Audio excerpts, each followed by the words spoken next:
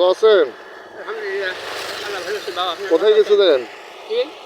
গেছিলেন কোথায়? এই তো বাজারে। চাচা কি কৃষি কাজ করেন? হ্যাঁ, ঠিকই কাজ করি বাবা। জমা জমি কতগুলো আছে? আপনি এই সাইডে এখানে আসেন। কতগুলো জমা জমি আছে বাবা? না বা জমা জমি নেই বা অল্প না জমা জমি ও, এমনিতেই কৃষি কাজ করেন? কিছু কাজ করি না।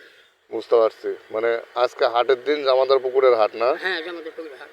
জামাদার পুকুরের হাট এটা কত বছরের ঐতিহ্য? মেলা দিন হচ্ছে। মানে আপনি একটা আইডিয়া করে বলেন তো, তাও কত বছর হবে?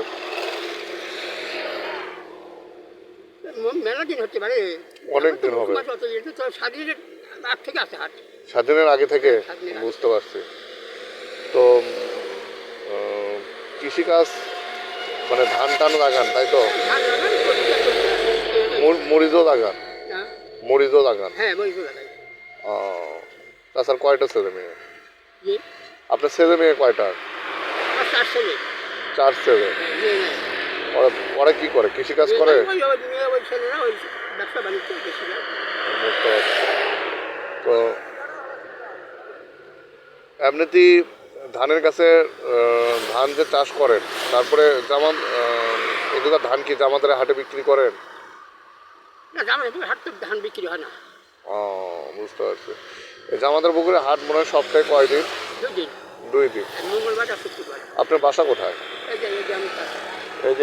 এই গ্রাম না? হ্যাঁ, এই গ্রামের পাশে। এই গ্রামের পরের গ্রাম? হ্যাঁ, এই গ্রামের পাশে। ওইটা কি গ্রাম? কাঁচাহার? কাঁচাঘাট। বুঝতে পারছি। কাঁচাহার গ্রাম।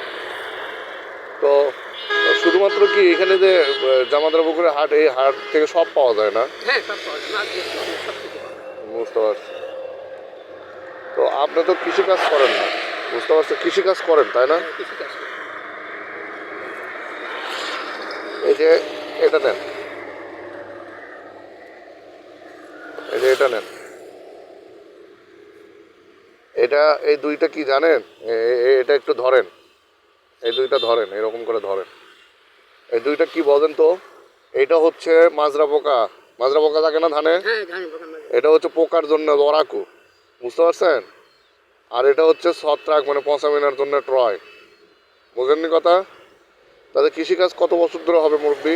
মেলা আপনি কত বছর ধরে করতেছেন? বয়স তো আমার মানে 70 পার হয়ে গেছে। 70 বছর প্লাস আপনার বয়স হয়ে গেছে। 70 পার পার। বুঝতে পারছি। আপনার নাম কি জানো? আমার নাম নূর হোসেন। নূর হোসেন। নূর হোসেন। কাঁচাহার বাড়ি? কাঁচাহাট পাড়া বাড়ি।